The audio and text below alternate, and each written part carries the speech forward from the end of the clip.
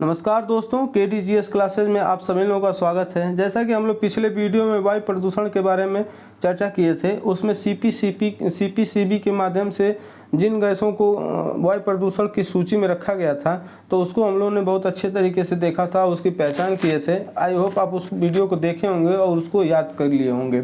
तो याद करने से ये होगा कि आपके जुबान पर आ जाएगा और एग्जाम में क्वेश्चन गलत होने की संभावना बहुत न के बराबर रहेगी। तो उन गैसों को आप एक बार सरसरी निगाह से देख लीजिएगा। तो आइए हम इस वीडियो में हम लोग शुरू करते हैं कि प्राथमिक प्रदूषक और द्वितीयक प्रदूषक किसे कहते हैं। तो प्राथमिक प्रदूषक के बारे में हम लोग देख लेते हैं कि उसकी परिभाषा क्या होती है। ऐसे प्रदूषक जो प्रत्यक्ष रूप से मानव एवं जीवों पर असर डालते हैं प्रारंभिक प्रदूषक कहलाते हैं। जैसे जो SO2 है, ये जो होता है मनुष्य के जीवन में डायरेक्ट रूप से इसकी असर डालने के लिए या हानि पहुंचाने के लिए किसी की सहायता की ज़रूरत नहीं होती है। जैसे CO, ये दम घोटू गैस के रूप में होती है। अगर ये गाड़ी से या ट्रक से या बस से या निकलती है तो सीधे मनुष्य के जीवन में जाती है और उसके ब्लड में क्या करती है, हीमोग्लोबिन में जाके घुल जाती है और उसका ऑक्सीजन का परिवहन रोक देती है, जिसके कारण मनुष्य का दम घुटने लगता है और उसकी मृत्यु हो जाती है। तो ऐसे जो प्राथमिक प्रदूषक होते हैं वो डायरेक्ट प्रत्यक्ष रूप से अपने से जाके, उनको किसी की सहायता की जरूरत नहीं होती है, वो जाकर नुकसान दे देते हैं। और द्वितीयक प्रदूषक के बारे में जब बात करते हैं हम लोग, तो उनकी परिभाषा ये होती है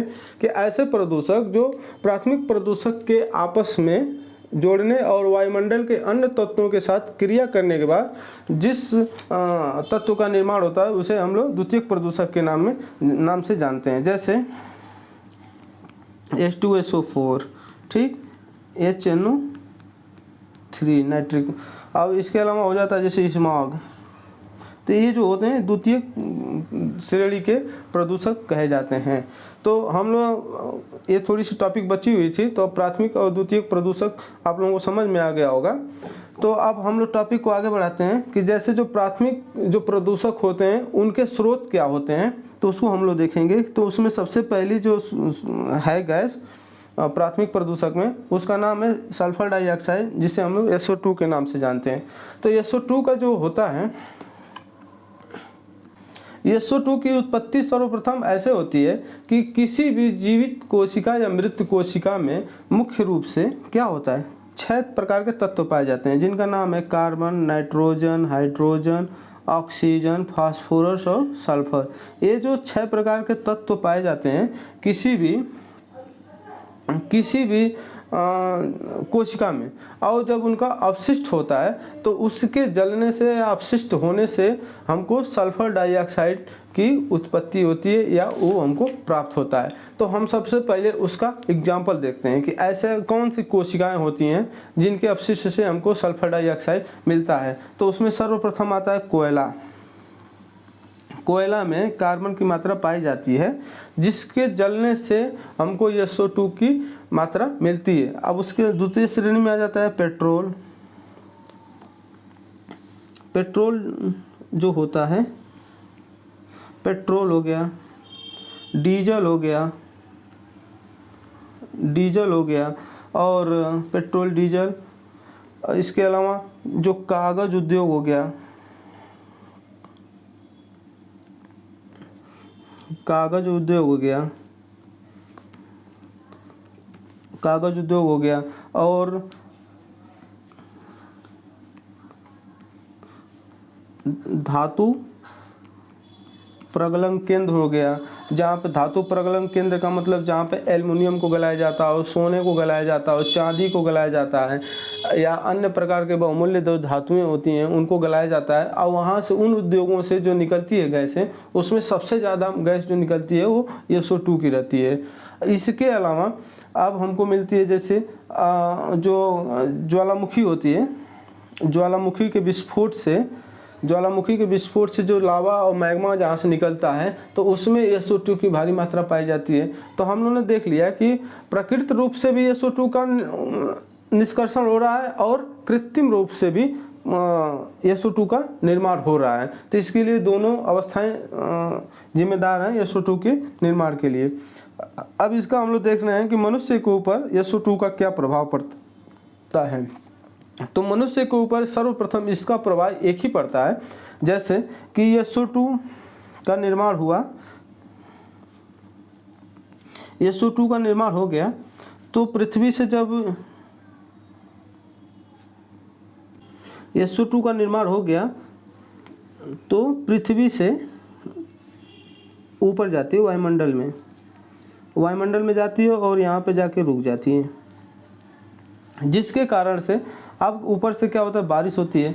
तो जब बारिश H2O मिलता है SO2 से, तो जानते हैं क्या किसका निर्माण करते हैं, ये लोग करते हैं जैसे SO2 plus H2O equal to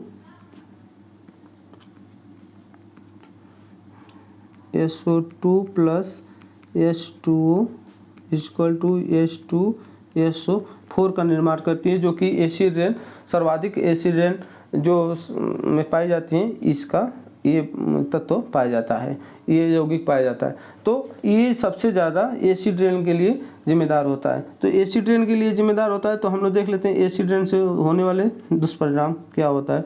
तो एसिड रेन से सर्वप्रथम 3 प्रकार के पड़ते हैं प्रभाव।